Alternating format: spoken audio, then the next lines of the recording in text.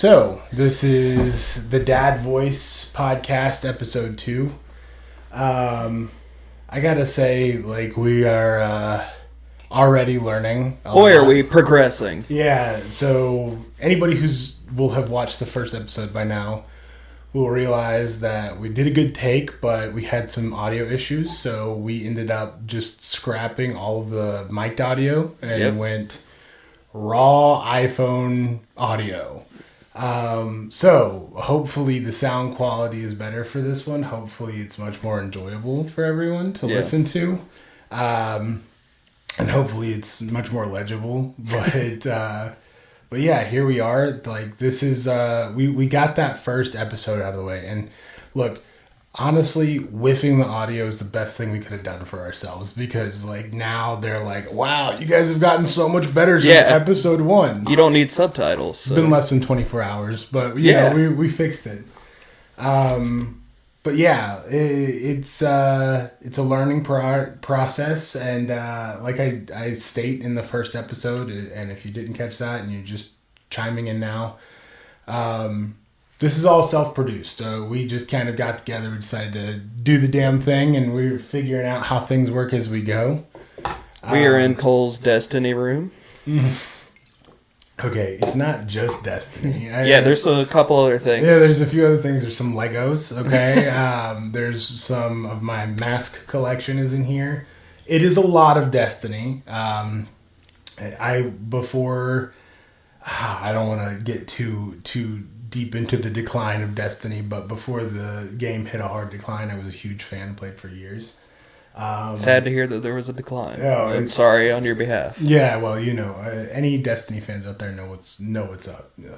Shout out to my people suffering along with me. But that was a perfect way to introduce the subject of today's episode. It's topical. Which is dads with ADHD, but more generally, mental health, how we cope with the ADHD that we both have, if it's not abundantly clear. It's a neurodivergent dad squad. That's right. And what, like, how we cope with things in our lives that happen, and how that is impacted by ADHD. You might find that we cope the same way as you, and you might find some new ways to cope. Yeah. And you can email us on how to cope ourselves. Yeah. If, like I said in the first episode, cybersecurity is my bag, not a professional by any means, but I have lived with it my whole life. But you have the professional credentials. I do. You have a degree in psychology, right? Yep, I drunkenly stumbled my way through college and got that piece of paper. And God bless you for it, because we're putting it to work today, right? Yeah, we are. Finally. Yeah. 10 years later, 11 years later? But yeah, so I think one of the things that we decided we were going to add to today's episode is you just had a very critical life change. I did. Just days ago. And ADHD can make those things hard without having the pressure of a family added, right? So now you have that little old thing. Yeah, you have that additional pressure. So just if you're, I don't want to tell your story for you. So I'm going to let you run with it. Tell us what happened. Tell us what's going on. And I'll chime in with my stupid input periodically, but like it's, I think this is a perfect example of because you gracefully landed this one, but I'll let you take off and go ahead and explain it. Yeah, I did a nice pirouette, landed on my feet, so we don't have to have bad vibes around this podcast, thankfully. I'm really lucky. It could have been a lot worse, but okay, I got into the staffing industry in 2023 after working at FedEx for a long time, and worked my way up to branch manager of this one very small branch of a national staffing agency. Got laid off in September of last year. They were like, we just have never made money at this branch. We did a little bit when I was managing it, and then I was really fortunate to, 2 days later, land at a local agency, and was just laid off from there a couple days ago. And it's one of those things where I had the look. I dressed nice. I looked like I was at a desk doing work, calling people and stuff. So that's kind of the visual of success in America. And I always felt like a fraud and a phony. I was like, this is not me. The dang Man in the Box song by Alice in Chains was playing in my head 24/7.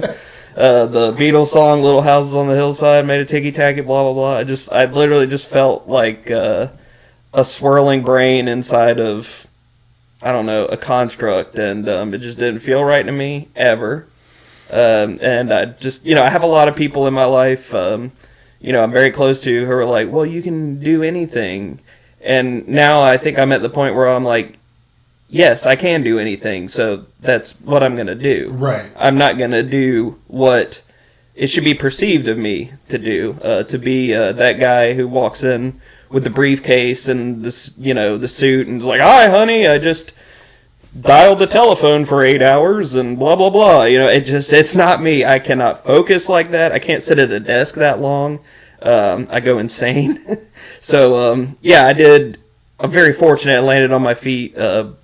The manager of my dad's company, actually who I appointed before I left, he conveniently just left last week. So I'm going to go back to doing that because it's in logistics. I feel a lot more comfortable with that. It tickles that little itch in my brain.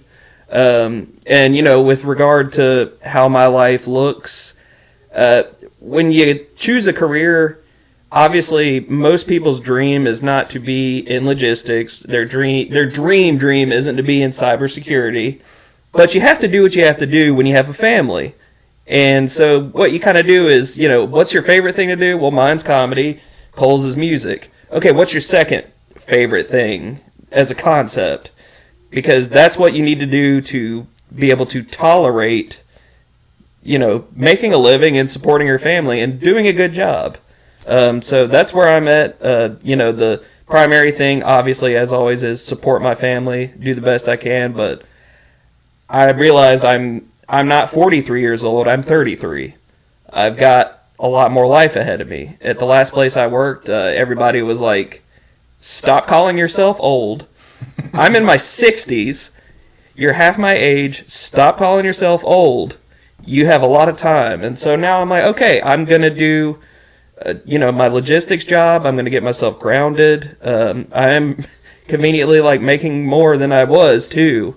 So I've got that down pat, but I'm going to go all out on, creative projects and comedy because why not? You know what? And if I have to give myself a self-imposed deadline, fine. By the time I'm 40, if comedy doesn't work out, okay, I'm still working a job in logistics. Right. So it's like if society needs me to not have the desire to do something maybe quote unquote childish, or because some people may say doing your creative projects and stuff is like, whoa, come on, you're a man, you gotta do your job, blah blah blah. It's like, well, I am doing my job. And one thing that I noticed that as someone with ADHD that has gone through this my entire life, one thing that I have noticed is the linear structure that you were prepared for your entire life is never the way that things work. Yeah.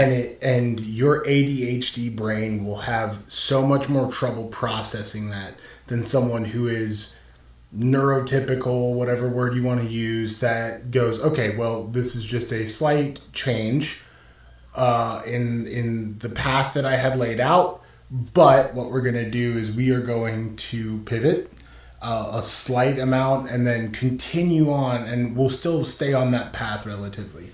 And I think another thing is I'm not, more power to anybody out there who does have the ability to do that and can just go through their life. They figured out what they wanted to do. They nailed it. They're doing it. Awesome. I wish I could be you. Right now. Hey, at least. As dad, I'm proud of you. Okay, but that's not how it works. Child. Right. To all of our children. But that's just starting not to sound how like it Jared works. Leto and his cult. No. I don't even wear white, so I couldn't do that. But no, it's such a complex process navigating through life, if that makes sense. And like, there's never and like I have done a million jobs, right? And I have a new weekly interest every week. But like I collect knowledge as I go. Like a perfect example is like this podcast. How many hours now have we spent just trying to finesse the audio and get this crap to work?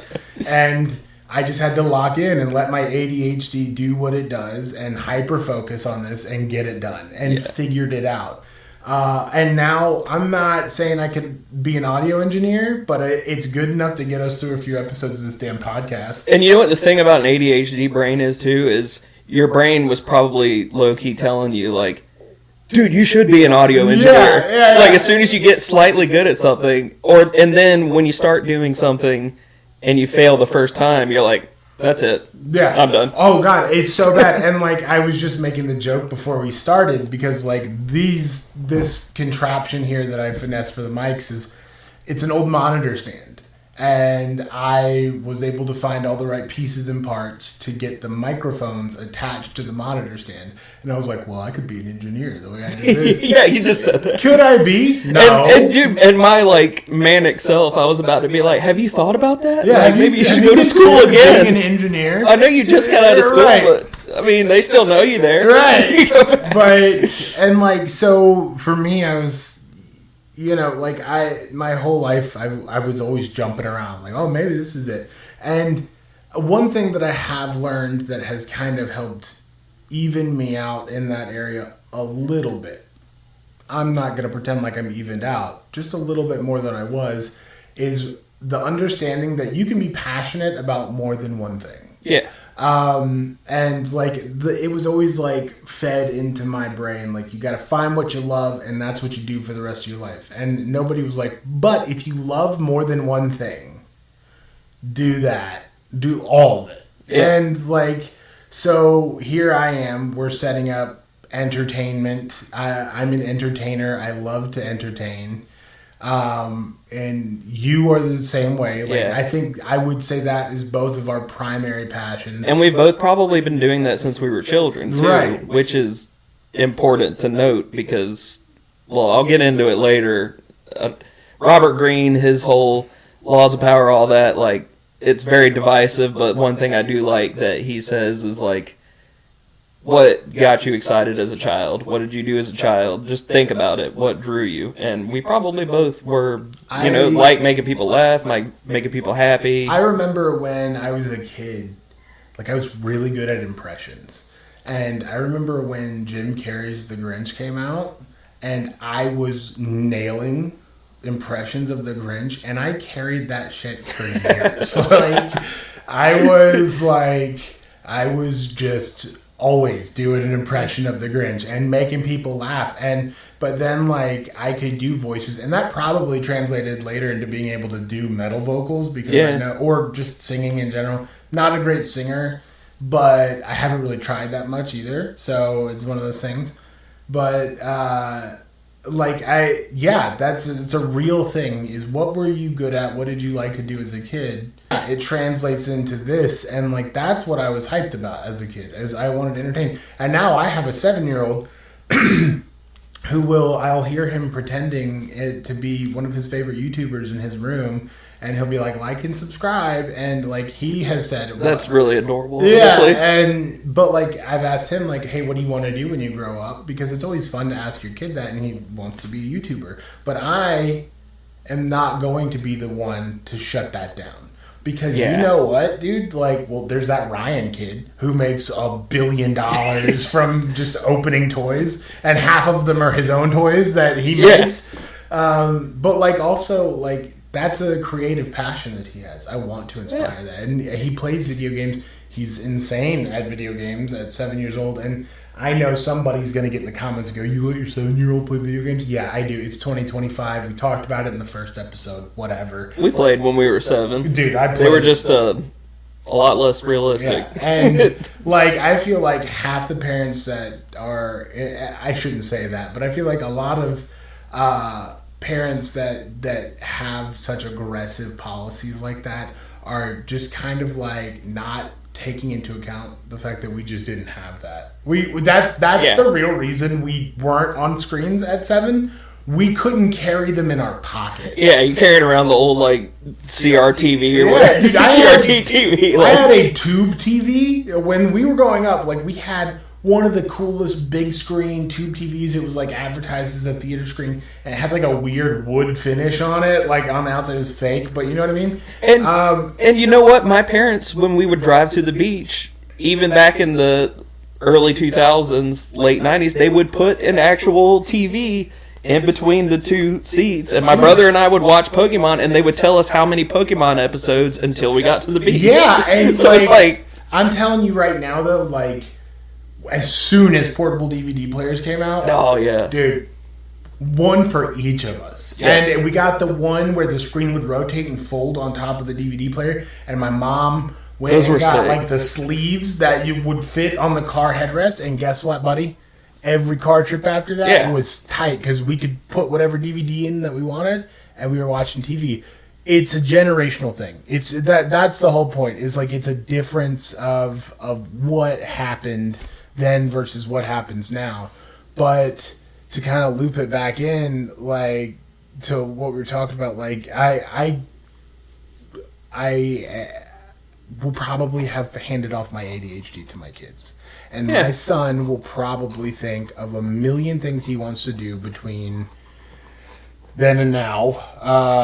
But at the end of the day, I will always ask him, but do you still feel the same way about being a YouTuber or making content or whatever? Now, it's a weird place to be because I don't want my 7-year-old on the internet right now. Like, he has no social media, no. There are lines to draw. And as, you know... As a cybersecurity professional, that's an important thing, is understanding, like, I have seen professionals be able to straight up, like, look at you could be standing in the middle of a field, and they can pick that picture apart and tell you where you're located. And there are people that are openly showing you how to do stuff like that, but then there are people who aren't going to openly express, hey, this is what I'm doing, and they have nefarious intentions. Yeah. And so social media is it's already a scary, like, social media has been awful for my mental health. And, like, that's the downside of doing what we're doing here, is I have to subject myself to that at some point. And I actually stopped... like scrolling Facebook a few years ago, and I still find myself apologizing to people because I don't scroll Facebook. Like, I'll be like, oh my God, I'm sorry I missed that you, like, pretty sure that's what they want us to do. Those companies anyways. Yeah. But we loop back around to the mobile games, and the reason I brought them up is because I have a ton on my phone because, like, that's what I just do. I'll sit there when the baby falls asleep on me, or when he's just sitting and playing with his tools or his dinosaurs. It might be a little loud, but I can tolerate that. Yeah. As long as I have a clear line of sight on both of my kids. Yeah, you can. I can just kind of scroll. And then the problem is, every once in a while, and whatever, might get roasted on this one, but I just kind of zone out. And then I'll snap back and go, oh, well, one of the kids would have left. I wouldn't have noticed probably. Dude, when I do zone out and my daughter runs to the kitchen while my wife is cooking, I jump up so quick and run after her. And I'm like, babe, I was already following her. It's fine. But I was like definitely 50 paces behind her because I just didn't notice. I'm like, no, I've been watching her. We came in here together. She was going to tell you she loves you. And then she's like, cheese step. And then you're just like, oh, she's shaking the fridge. You're being a snitch right now. Like this, I've been up since basically 2 this morning, and at 5 a.m. I was holding her. She was asleep. She popped up and went, watch TV. And in my brain, my little ADHD brain, I was like, hell yeah, that sounds awesome. Let's go watch the Band Geeks episode of SpongeBob. But then the dad part of me was like, that's not a good idea. It's 5 a.m. It's still dark. Right. Let's not put her in front of a screen already. So, and see, I showed a bit of restraint. One thing I will say is, like, my kid, he slow rolls in the morning when he's not in school. And he does. He picks up his Nintendo Switch pretty early on in the morning, and he'll bring it downstairs with him, and he'll just kind of sit on the couch and start watching a video or something on it, or playing. He doesn't really play games that much in the morning. But, like, at the same time, am I any different if I just wake up and trudge downstairs and throw on the news or whatever and get my cup of coffee? Not really. And I don't want to glaze you on our own podcast, but meeting your oldest yesterday, it doesn't matter how many video games he plays. That's a well-adjusted child.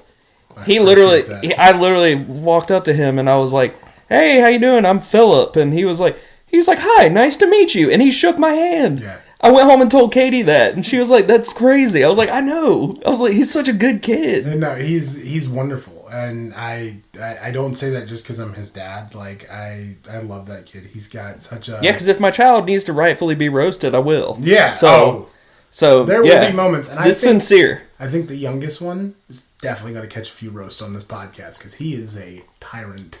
But the oldest he's got aura. Yeah. Your youngest has got aura, dude. And I can see it.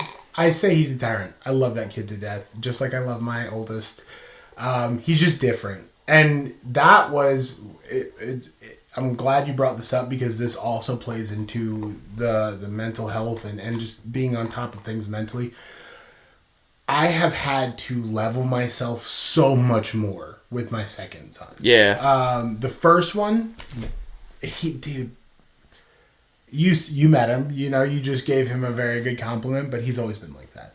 Like, he would, when he was little, he'd pull some things off the shelf or something, and we'd say, no. And he'd look at us and just shake his head no, and go, okay, like, I get that. Yeah. All of the messes he's ever made in his life have been very contained and controlled, and he does not like a messy space, so he cleans up by himself. No one ever had to teach him that. Probably picked that up from my wife, because she's very much the same way. I'm like, let me sit first, and then I'll clean. Yeah. And my wife is like... That's the biggest mistake, too, because then you're just going to keep sitting. Yeah, and my wife is also like, you psychopath. Like, how do you, sit down when the house looks like a bomb went off? And I'm like, this is the balance that we bring to each other. But no, my oldest is like, he's just very even-tempered, right? Like, he's very organized and he's put together and he's super empathetic and super sweet.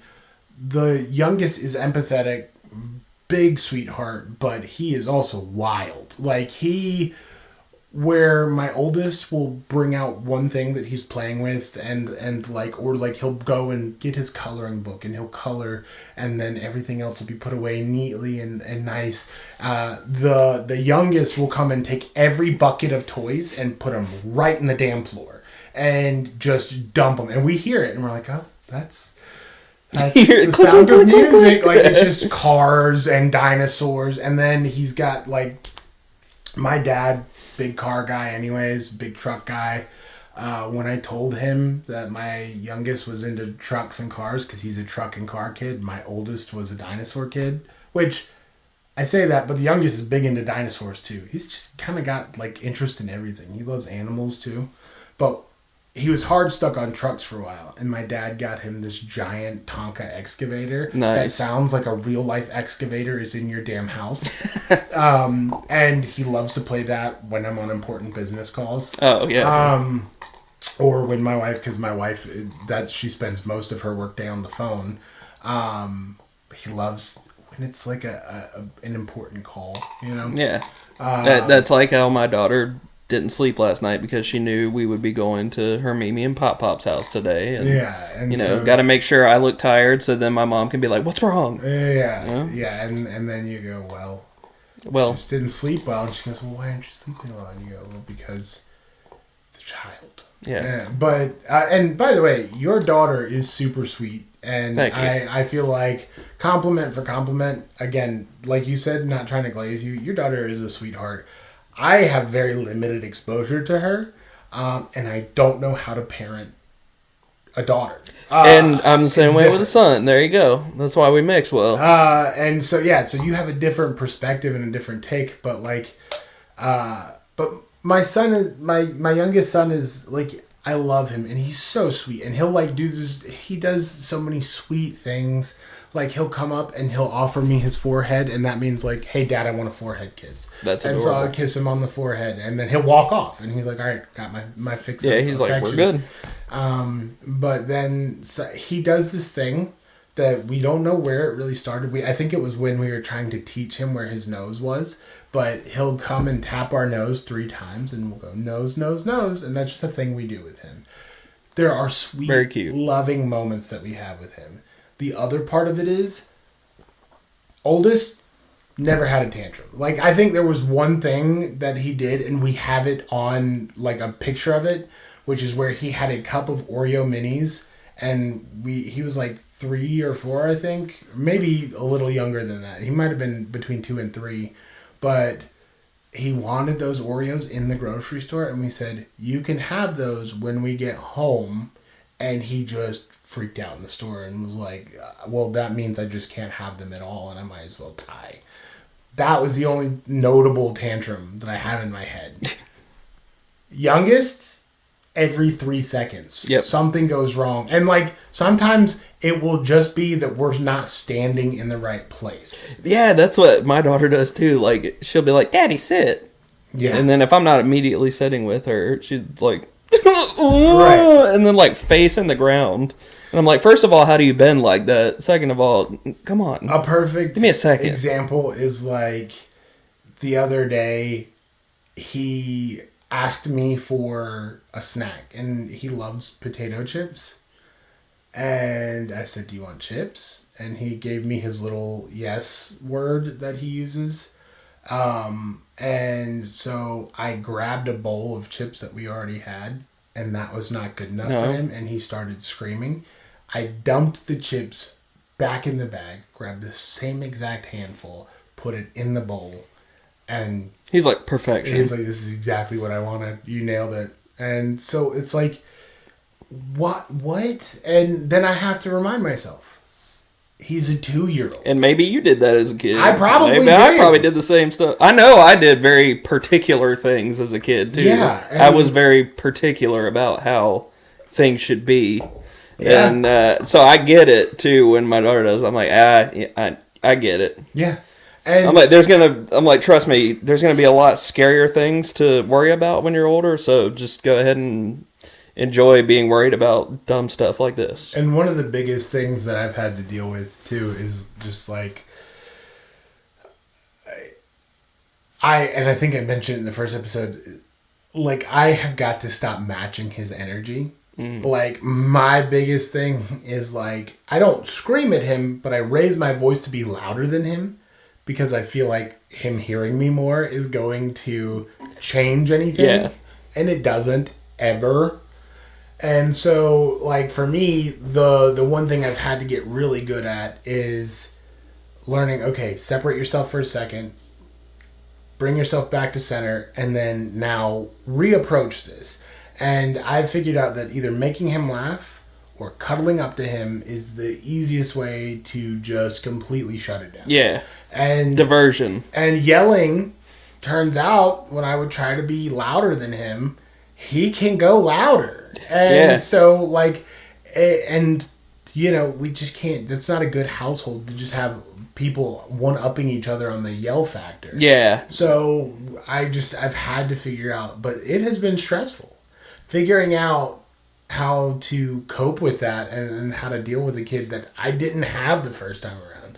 The first time around, like, I feel like by 4 years old, I could tell the oldest, like, hey, don't do that. And he'd be like, I understand, Father. He's like, you have your reasons, and I accept them. And the thing is, like, when I tried to explain to either one of them throughout their lives why something can't be done or why they shouldn't do something, the answer will never be because I said so.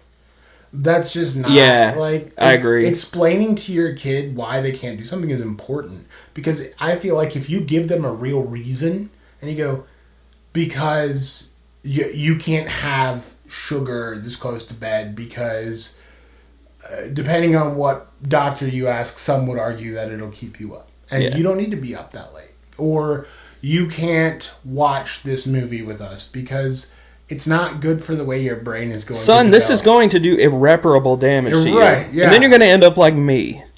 Do you want that? And then... and then he's like, well, maybe we'll watch Full Metal Jacket another day, Father. And you're like, okay. Another day in like 16 years. Right, and it's like, you get it.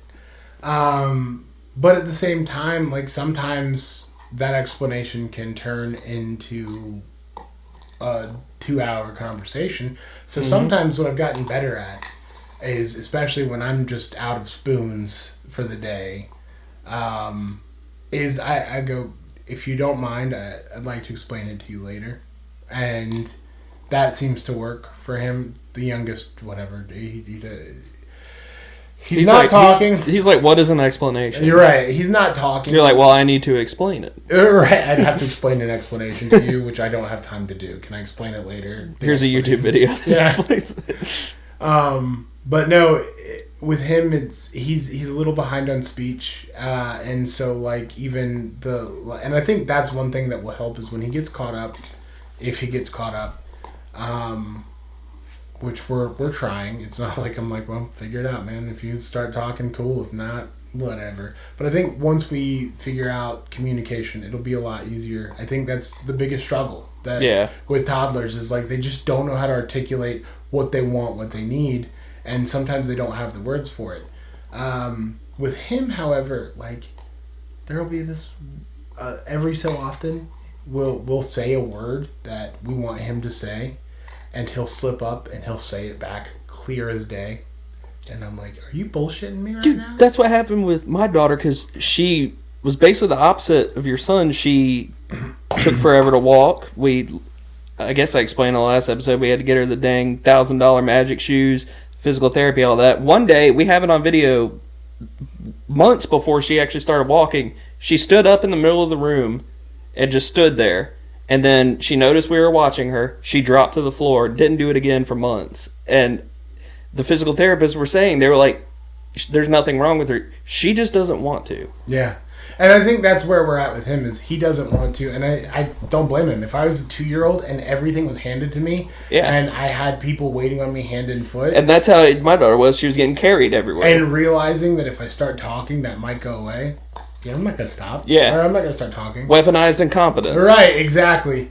And, but like that has been such a trial for me mentally. It's like learning a totally different person and understanding that like you can't take the same softball approach. Like sometimes when he's throwing a tantrum, I have to walk away from him. And I never was in that place with my oldest where I had to like, okay, I'm just walking away from you.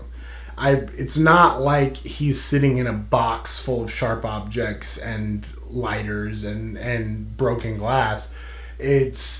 He'll be throwing himself on the floor and I have to step away and go, for my mental health, I need to just take a breather because I don't want to fall back into that raising my voice at a 2-year-old. Yeah. Well, he doesn't get it. All he understands is that's an angry reaction. And that's not benefiting either of us. And guess what? Didn't yell at the first one, and he still listens to me. This one might be a little more difficult to get to that point, but we can get to that point. Yeah. And it's exhausting, though. It's mentally exhausting. And I mess up all the time. I yelled at a 2-year-old. I've already admitted that. Like, it is what it is.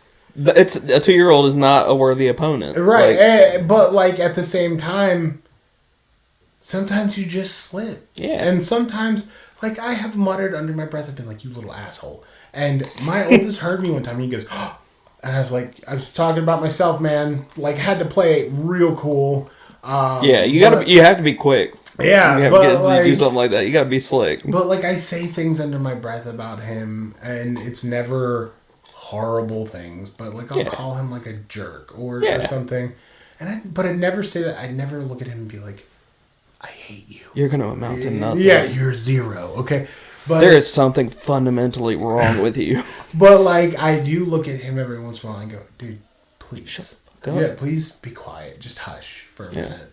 And he doesn't understand, so he's like, I'm going to yell more. Yeah, he's like, more. Got it. Yeah, he's like, I'm going to turn it up. But it's just one of those things. And I will always carry this with me. It is a source of guilt that I don't think I'll ever shed. One of my earliest experiences with my first son is he was like 1.5 or something like that, and he was like kicking his feet while I was trying to change a diaper, and he popped me right in the jaw. Oh. And I swatted his leg, and I saw that it probably didn't physically hurt him that much, but it shattered him. Yeah, it's the mental aspect. And it like, broke me mentally. And I was like, why did I do that? Why was that my instinct? And the truth is, I was exhausted. Yeah. I made a bad decision. And I just lost sight for a moment. And that happens. And there are parents out there. And I feel like sometimes those parents, they do that, and then that one single moment can be like a falling off point, and they cannot get themselves back. And they're like, you know, fuck, I hit my kid once, might as well just keep going. Yeah, it worked this time. And it's like, but it comes down to the fact that, like, part of our egos as humans makes it so hard to accept being wrong. And I think for some parents, like, they don't have enough people telling them in their lives, like, it's okay, you're gonna be wrong. That's a part of what we're doing here. You're gonna be wrong every single day. Yeah, at some point on in the a day. daily basis. I'm messing up. Like, I think one perfect example is, like, I'm so bad about taking my kids outside every day. I mean, it's raining today, so, like, today would be a bad day. But when it's sunny, there's no reason for me not to bring my kids outside. Mow the grass, I keep the lawn tight. Like, there's nothing that we have to worry about. Like, it's not a jungle out there. Yeah. But my kids love being outside, and I don't take them out every opportunity I have. And that's a personal point of guilt that I have, because, like, I feel like our kids are almost the opposite of what we were as kids. Because when I was a kid, I was outside all the time, playing hoop stick and riding bikes just like a roving band of raiders with my friends around our neighborhood. I was literally just hurting myself in the woods. Yeah, just climbing on rocks and shit. And all I wanted to do was play video games. Yeah, me too. My mom forced me to be outside, which in retrospect, I'm glad she did, because I would have been even more of a shut-in. Right, so. But like, for us, like, we would go play outside unless it was like, there's a period where we lived in Georgia, and the days in Georgia in the summer get hot. And so, like, our parents would be like, you literally can't go outside because you'll die of heat death. Yeah. So you're inside today. But even then, like, my mom, at that point in our lives, this was before she fell off, because she wasn't always who she was when I removed myself from her life. But at that point in our life, she was still doing pretty well as a mother, and like, she would organize our days that we were inside. You'd read for a little bit. You can get some TV time, but I want you to read a book or go work on. Or some days, like, if we had the walking around money because the economy was decent at the time, she'd go and we'd buy like a Lego set or something. She'd be like, you can do this when you get home, which is awesome. And you can see, they can't see, but you can see around here, I still build Legos a lot. I love it. But, like, it was different. It was a different situation. Now I feel like our kids have access to video games, have access to electronics, but they love to see the outside. And that makes sense. They're these balls of energy that just vibrate all the time and want to run. And, like, both of my kids, on, like, today, like one of the things that they will definitely do because it's raining is they'll just play tag in the house. And as long as the house is clean and there's not too many sharp corners sticking out, like I won't really tell them, hey, don't do that. But they got to get that energy out somehow. And so that's why as a father, like I feel guilty when I'm not like, let's go outside and just run in the yard, get some vitamin D, especially as someone who has a vitamin D deficiency.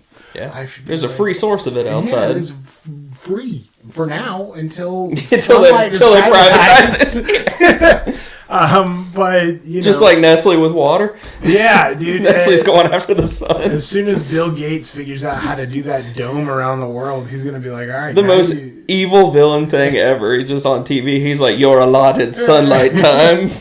He was like, each house Sunlight Plus, a monthly subscription to Sunlight. But no, I feel I gotta correct myself. Bill Gates just did an interview where he's like, I'm on this process now where I want to give away all of my money. I was gonna say he's off my radar for the moment. Yeah, for the moment, he's not my target. I'll have to see who he gives it to, because if he gives it to like the Doom Squad or something, then I'll be like, don't do that. But no, like, you know, like they need that energy. It's a personal point of guilt, and I cope with it. But like some days I'm just too tired. I'm just too like. There's some days where, like, and it's funny because like I went from physical labor, like I was a truck for a long time, and let's be honest, like it's hard to determine. And I'm gonna touch on this for a brief moment and loop back in, but it's funny because we're sitting in opposite chairs now. And in the first episode, if anybody has watched that, I look so much bigger than you. Like I'm just this big giant husk of a like bloated monster. And you're like just like normal sized human. And then we switched and you look bigger now in our test shot that we did. And I look a little more normal size, but I'm a big person, right? So I'm 6'6". I'm 300 pounds. Like I'm a tank. So physical labor before I got into computers, physical labor was what I did. I worked at warehouses. I was a retail manager, but I was always running my floor. Like I was always doing something physical. And I used to be in much better shape than this because I was lifting weights all the time too. And back then I had the energy to just get out and go and do it. And so I'm like, it's very confusing for me because cybersecurity is a non-physical job. I work from home. I Side your fingers. I barely ever get out of sweatpants, but it's so mentally draining. But another part of that is my mental health, which is also connected to my physical health. We probably need to do another segment at a later time on physical health, but like my mental health is tied to my physical health because like I slipped 2 discs in my back. I want to say it was a year ago. It might have been 2 years now. And when I had slipped those discs, I was at an all-time low on my weight, right? So a few years ago, I was 400 pounds. I was the biggest I've ever been. I did some fad diets like keto and stuff like that, it turned out it was calories in versus calories out. And when you get on diets like that, which I'm not a nutritionist, this is just my real quick take on that, but when you get on diets like that, you're just limiting what you can eat, so you're automatically meeting that calories in versus calories out thing. But on top of that, like I was upping my protein, I was lifting weights, I was losing fat, building muscle. I was really tanked. And I felt more positive about my physical appearance than I ever have. I probably won't watch this video. I'll listen to the audio, but I won't watch this video because I don't like the way I look. And it's a personal thing that I'm working on, right? But your physical health is tied to your mental health. And a year or 2 years ago, however long it's been, time is an illusion. It's not real. Yeah, social construct. That's right. But I slipped 2 discs in my lower back. I was walking with a cane for 8 months. I didn't know that. Yeah, I was. There was a 2-month period where I couldn't could barely walk. Like, my wife had to, and shout out to her. Like, she's a trooper. She did all the dirty work that you have to do when someone is borderline disabled. And it was self-recovery, because we'll talk about American healthcare in one of the next episodes, I think. But it's a mess, and like, it was just figure it out yourself. Yeah, figure it out. Be scrappy. I went to urgent care, and the doctor was like, "Oh, this is what's happening. Slip disc for sure. But you need to go see a specialist to get that taken care of." And I went to a specialist, and they were like, "You need to go get an MRI so we can make sure, but 99.9% sure that this is what's happening. But like, yeah, we need an MRI so we can get an eye on it." And I said, "Okay, cool. So you want to see it then? But then what comes next?" And they were like, "Oh, well, physical therapy." And well, how much is that going to cost? And that was a blow mentally. Like that, yeah. Like understanding, like, I've already, by the way, by the time I had gotten to that conversation, I'm $860 deep in medical bills. That is just to hear people tell me the same thing twice and tell me that I'm going to have to go spend more money. And I didn't have that money. And so mentally, I was in this space where if I didn't have my wife, if I didn't have my kids, I would have probably gone to the darkest possible place. Yeah. But my wife was a goddamn hero, and she helped me pull out of it. And I gained weight because I was sitting. I couldn't do anything. I could barely walk. I would go out and I would have my cane. I would go into my office because I just wanted to be somewhere different. And I would sit for my full shift. And this was before I went fully work from home. And like, I would have to hobble in with a cane. I had to have people helping me in the office wherever I went. And I gained a lot of weight back, and that impacted me mentally, and it wore me out. Yeah, and then you're like, God, I have to go through the trouble of losing this weight again. Exactly, and here I am on top now, of all this. And today I think I weighed in at my lowest that I've weighed in quite a while. I said 300 pounds. I hit 309 today, and I started at 326.8, and that feels huge. Yeah, like it feels huge, and I'm still not back at the gym because I went back to the gym for a while, and then I had some other things happen medically that I needed to sit out for, which we might talk about later. But like, also, like, then my back started getting tight again, and I got scared, and I was like, I don't want to do this again. And so like, I've been pulled back, but I'm gonna go back and start doing some more cardio, whatever. Not that I need to explain my plans to anyone, but like, it is important. It's important to maintain physical health. It's important to make sure that your kids are physically healthy. But like, by maintaining my physical health, I should have more energy soon to go out and be outside with them more. Yeah. I should have that capacity to kind of shed some of that guilt. And I mean, when I do go out, of course, I'm throwing a football with my kid. We have a soccer goal. I kick the ball in there with him. We do Nerf gun wars. Like, we have fun. It's just I don't have the energy to constantly do that. And it bums me out, man. Like, it bums me out. And I feel like...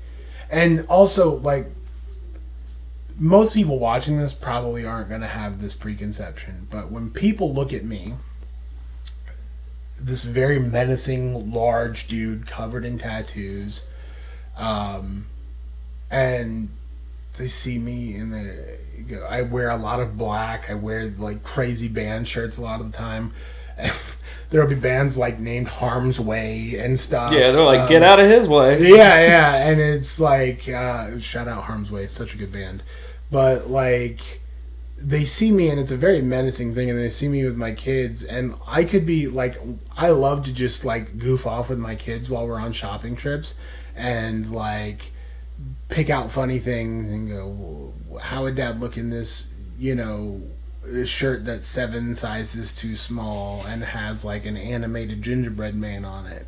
And my kids are like, haha, that's funny. Or, my youngest, he likes every once in a while, I think he likes to be up there with me, and he likes to be carried around, and so I'll play with him and throw him up in the air. They don't care about that. I've seen people just stare me down, And that's a whole other thing I have to work through. Is like my kids, they're like, uh-oh, that big man snapped. Yeah, but Get my away. kids will always have to go through life, and their parent will always be the big, menacing, tattooed guy. And my wife she's got a bunch of tattoos too, and she's about to have more. Like, she's getting her whole back done, but like it's one of those things where, like, this is my creative expression. Like, my tattoos are on my skin. Not all of them mean something. Some of them, the meaning behind them is I just wanted a kick-ass tattoo. Yeah. But, like... Sometimes that's all the meaning you need. Yeah, and, like, my kids, like, my youngest is now getting to the point where, like, I have this... My whole torso is covered in this tattoo of Sun Wukong, which is the Monkey King. Because Journey to the West is, like, a very important story to me. It's a tale of enlightenment and stuff. And without getting too deep into that, like, my youngest sees a monkey on my body, and he's like, "This is awesome." He's like, "Yeah, look at that monkey, cool." Man. And my oldest is like, he's talked about tattoos, and he's like, "How old do you have to be to get tattoos?" And I'm like, "You're too young." And he's like, "Okay, but how old?" 18. You're too young to even ask. Right. And I don't shut him down like that, but I'm like, look, I will take you to get your first tattoo, because we're going to make sure you go to a good artist. Place, like a good artist that's going to give you what you want and that's not going to just jerk you around. And he's met our artists. Like, he's one of the main people we go to is my friend Marcus Lee at Obsidian in Greensboro, North Carolina. Just seriously, if you guys... are looking for a good artist in the area, Marcus and his partner Sierra, they co-own the shop. They're the only two there, and he's my oldest has met Marcus. I might have to go to him. And I'm out of corporate America now. They're phenomenal. They're brilliant at what they do. But, like, I have brought Luca to meet Marcus and, like, show Luca, like, this is what a professional place looks like. And their studio is super nice. It's very, like, chill vibes, but very, like, high-end looking. It looks like an art studio as opposed to your boy's basement kind of thing. A stick and poke place. Scratcher place. And all part of that is to just explain to him, like, hey, this is, This is how you do it right. Right.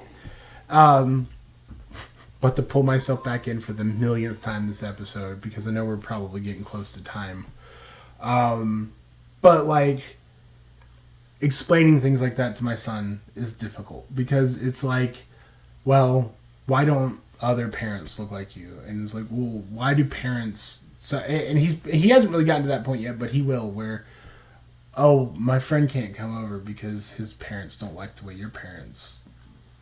Or his parents don't like the way my parents look. And some people will probably hop in the comments and say, well, that's not true. Nobody would do that.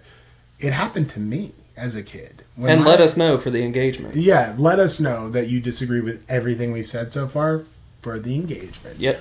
Line by line.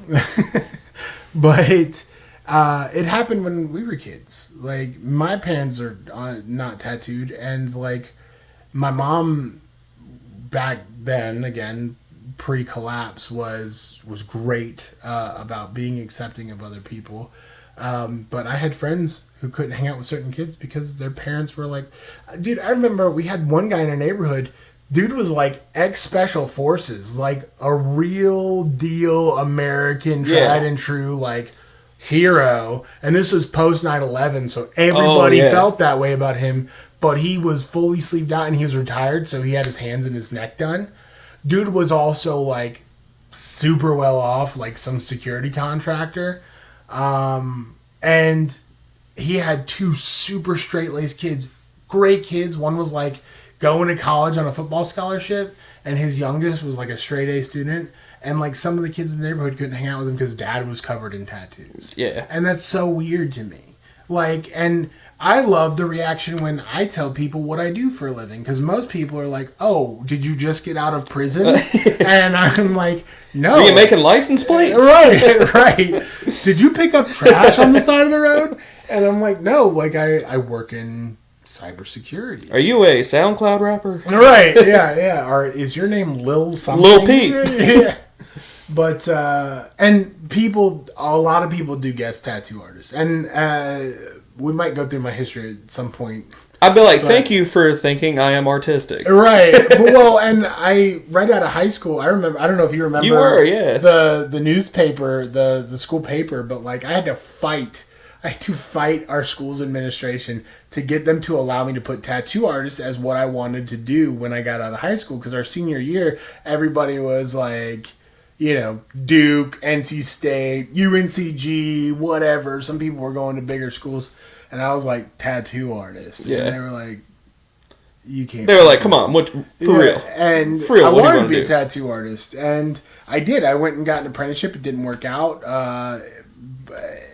But, like, and the shop ended up closing down. That's why. But, like, it was what it was. Okay? And I had to pivot, like, 10 times in my life. But, like, I get someone saying tattoo artist. Yeah. But, like, nobody ever guesses, oh, this guy knows. And maybe it's because, and I'm not saying this to be clear, I think I'm an idiot. But I think a lot of people associate computer-related jobs with intelligence. And then they look at me and go, this guy made a lot of bad decisions on his body. He can't be that smart. And you're right, I do have stupid tattoos, and we might do a tour of them. Do you learn computers in the prison? Yeah, that's where I learned. They allow you to have those now, correct? When I was serving my nickel, I was in the library looking up computer tech books. Okay, no, but it, and some people are like that still, and some people, a lot more people aren't today than they were back then when the special forces guy was getting judged. And, but, like, dude, he was also one of the most badass people I ever met, man. We went to cookouts at his house. Dude could cook the shit. Those kind of dudes throw awesome cookouts. Dude, and it was a party, and he had an in-ground pool with a fucking water slide, man. We were having such a blast. And he was such a fun dude. And, like, I never got to see the part of him that probably some of the adults did, which is, hey, you're a war hero, and you've seen unspeakable acts of horror. He was like, this cookout is actually a great distraction from the screams of terror. Right, that I can't get out of my head. But, and by the way, I don't want anyone to think I'm comparing myself to anyone who's done anything like that. But, like, the level of judgment without them knowing what he did. And sure, maybe cybersecurity is considered a noble career. I would consider it just something people do. But, like, I would say, especially, again, post 9/11 America, more people would have been inclined to be like, oh my God, you did that. Like, that's what you were doing. And, like, then you retired and got all these tattoos, and, like, he's a business owner and all this stuff. But people just were like, nah, all I see is this guy that looks kind of like he freaks me out. And I have those same preconceptions about people. I will look at people, and to me, it's the guy that has, like, the crappy tattoos and looks kind of tweaky or whatever. And I always judge that guy and go, don't want to talk to him. And I'm shitty for that. Like, that's part of this game. Is acknowledging that I also have my own prejudices, and that's just something I got to work on. But, like, this all comes down, and we'll pull it right back in. It all comes down to mental health, man, and understanding that to be the best form of yourself, you have to get your mental health in check. You have to understand, and there are dads that are struggling out there, and there are dads that are struggling with other things than being a dad, and it sucks because our country, our leadership just decommissioned our suicide prevention hotline. I didn't know that. But Canada has made theirs available. And so the 2 American callers. And so if I can figure out the editing. Sorry, you feel dejected. Sorry. I could not think of a better place to call than Canada for something like that, to be honest. They're the nicest people. But no, honestly, just because we're talking about it, I might see if I can throw the number for the Canadian hotline at the end of the video here. But there are dads that are struggling with things other than just being a dad, and they're are dads that are in a place where they feel like they're not doing anything right. And that feels a lot heavier for some of them because they're in worse positions than we are.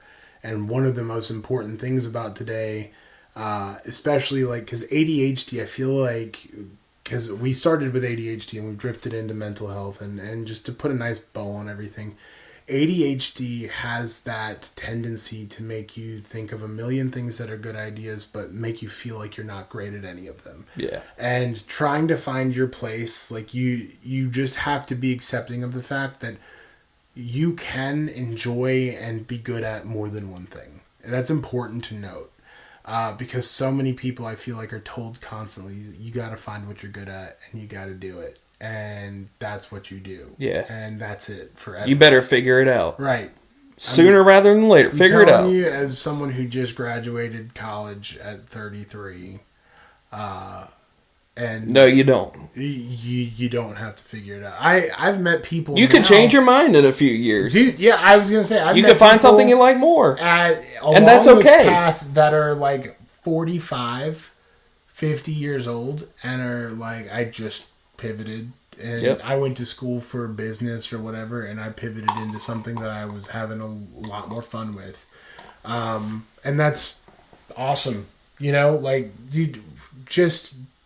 I think if I had one takeaway that I want people to bring with them is don't put too much pressure on yourself to fit in and fall inside the lines, and understand that the weight that you feel, you have to take the steps sometimes to just kind of remove some of the negative influence, because so, like I said at the beginning of this, man, social media is like a poisoned well. Yeah. And you get in there and it feels so much worse when you have a million people giving their hard-pressed opinions on things you see, and you're seeing people that you feel are doing better than you getting ripped apart. And it's crazy. Yeah, you're like, good thing I didn't put myself out there like right. that. And there's just a limited, and I also have this problem where I view things through the scope of only what I can see. Like, I sit there and even with music, like I'll be like, oh, this band had a new release, and why isn't it getting more attention? Like, how? And then I realize, like, oh, not a lot of people. Or I'll see, better example, I'll see a band that I'm like, that's hot garbage.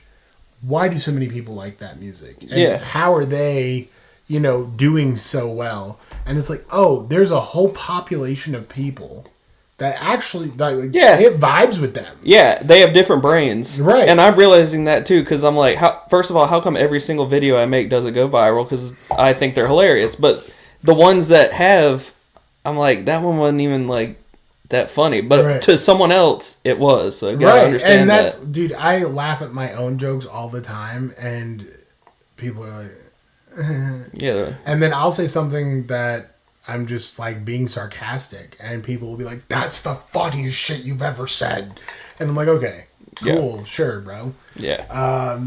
But like the whole thing is like, we're, again, if you didn't see the first episode, we kind of covered this. Our whole ambition here is to just let people know where we are at mentally as dads, like what's going through our heads. Episodes will hopefully take a lot more lighthearted tone. But like, things get real, and like, it's most important for me to make sure off the jump that dads that are having a hard time, moms that are having a hard time, parents in general that are having a hard time, however you view yourself in your family dynamic, this isn't just for dads. This isn't just... I know we've said dads a lot because that kind of relates back to the theme of the podcast, but this is just two dads talking about things. Whoever you are, mom, dad, and I now that we're at the end of this podcast, I feel like we neglected mothers, so I want to say... they're all right too. Yeah, you guys are pretty cool. Mothers exist, and yeah. Thanks for that. But also, kidding. I love moms. We love moms. I mean, not saying MILF lover. I'm saying genuine love the existence of moms. But also, you know. Once you get in your start to get your mid-30s, you do hit that age. You do. I was like, hang on a second. Yeah. My wife has only become more and more attractive to me as she has become a mom. It's weird. Same. It's like it tickles this. It's some evolutionary thing. It's got to be.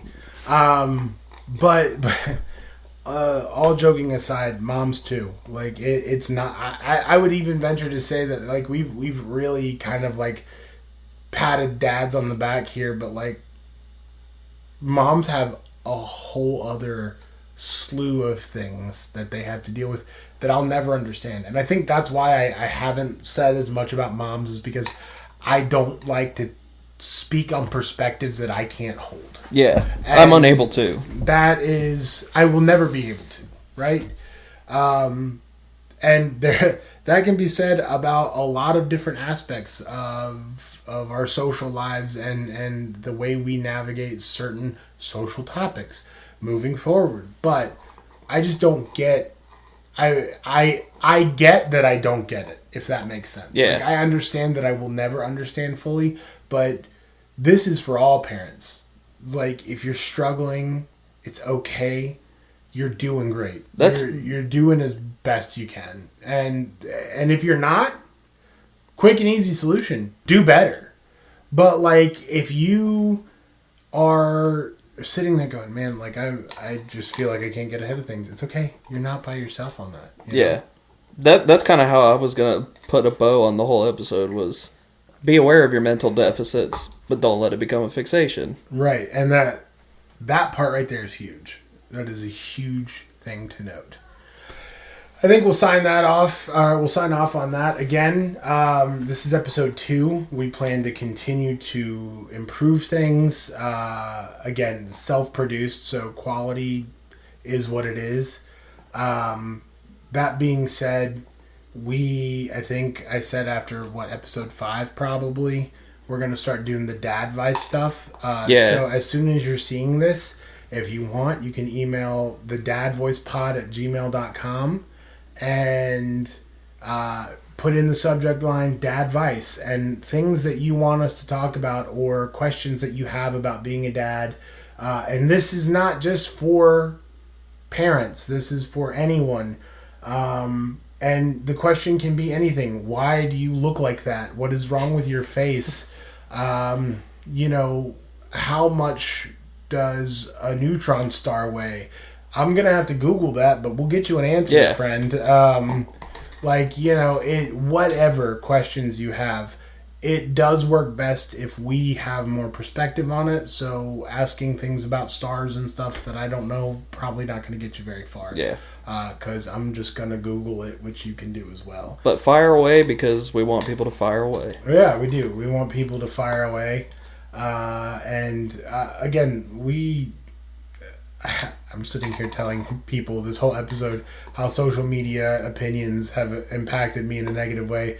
But you don't have to say it like a jerk, but give us your honest opinions. Tell us what you'd like to see changed. Tell us what you'd like to see improved. That's what we're here to do. We're here to reach an audience of people that we can relate to and have a symbiotic relationship. You help us, and maybe we do something to help you.